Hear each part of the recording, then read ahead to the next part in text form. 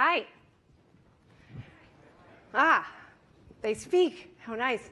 I'm going to spend the next 180 seconds talking about a U-turn in my thinking on food. I should tell you that I am a flawed food citizen. I am a failed vegan and vegetarian. I feed my kids GMO foods and out-of-season produce. And we have tried to grow food in our backyard. This is the result. I am not cut out for DIY food production, much as I've tried. So I'm no Michael Pollan, but I'm very concerned about the impacts of climate change on our food system. I'm concerned about obesity and diabetes and the chemicals in our food system. The IPCC has recently said that food prices might double by mid-century, given the pressures of drought and flooding and heat on food production, and that we may reach a threshold of global warming beyond which current agricultural practices cannot sustain large human civilizations.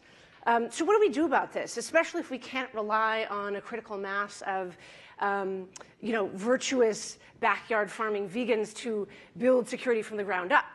And there are two camps. One are the technologists who say, let's throw Silicon Valley at this problem. Bill Gates said, food is ripe for reinvention. We are at the beginning of enormous innovation around food production.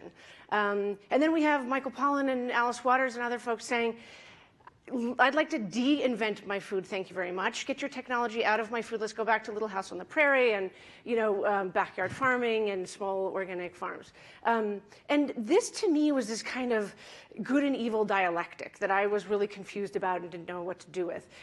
So I spent 3 years investigating this, and I went to 13 countries, 18 states, talking to both the innovators and the de-innovators, trying to make sense of this. And I found what I think is kind of a third way that holds technology and nostalgia in equal regard. Take this guy, Jorge Herod. He's back there. Here he is. Jorge founded a company called Blue River Tech that sold to John Deere a few weeks ago for $300 million plus. And he invented the first robotic weeder. And it emits these sniper-like jets of herbicide onto just the weed. It's able to use AI to identify the crop from the weed, only target the weed, bring down herbicide applications by 90%. They're applying this to other ag chemicals going forward. Enormous possibilities for taking chemicals out of the food chain. This guy here, you've probably heard of his company, Aero Farms. He's built the largest vertical farm in the world in Newark, New Jersey. He's building many others in and around there. And same thing, 30% faster growth of plants in these hyper-controlled conditions under these lights, and 90% less water is used in these aeroponic systems where they mist the plant roots. And the implications are pretty dramatic. On 1 acre of urban land, they can grow what you could grow in hundreds of acres of rural soil. Why not return that rural farmland to pre-agricultural forests that can absorb carbon dioxide? So again, these are folks who see it as very compatible. The technology applications are very compatible with these sort of agroecology priorities, right? So instead of using technology to corrupt the food system, it's using technology to correct the food system.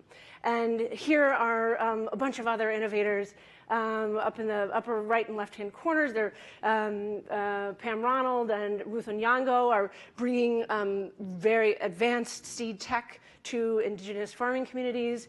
Tony Zhang in the middle is doing remote-controlled farming in and around Shanghai with soil sensors that feed data to his farm operators. These guys on the lower right are bringing the ancient practice of insect eating to modern palates. And this guy on the lower left is doing moringa, this ancient plant with 20x more nutrients than kale or something like this, but with modern breeding techniques, bringing ancient plants back online, essentially. So the upshot, my 180, was how can we use technology not to reinvent food, but to de-invent food, to sort of redress some of the problems that technology wrought over the last 100 years and absorb the pressures ahead? Thank you.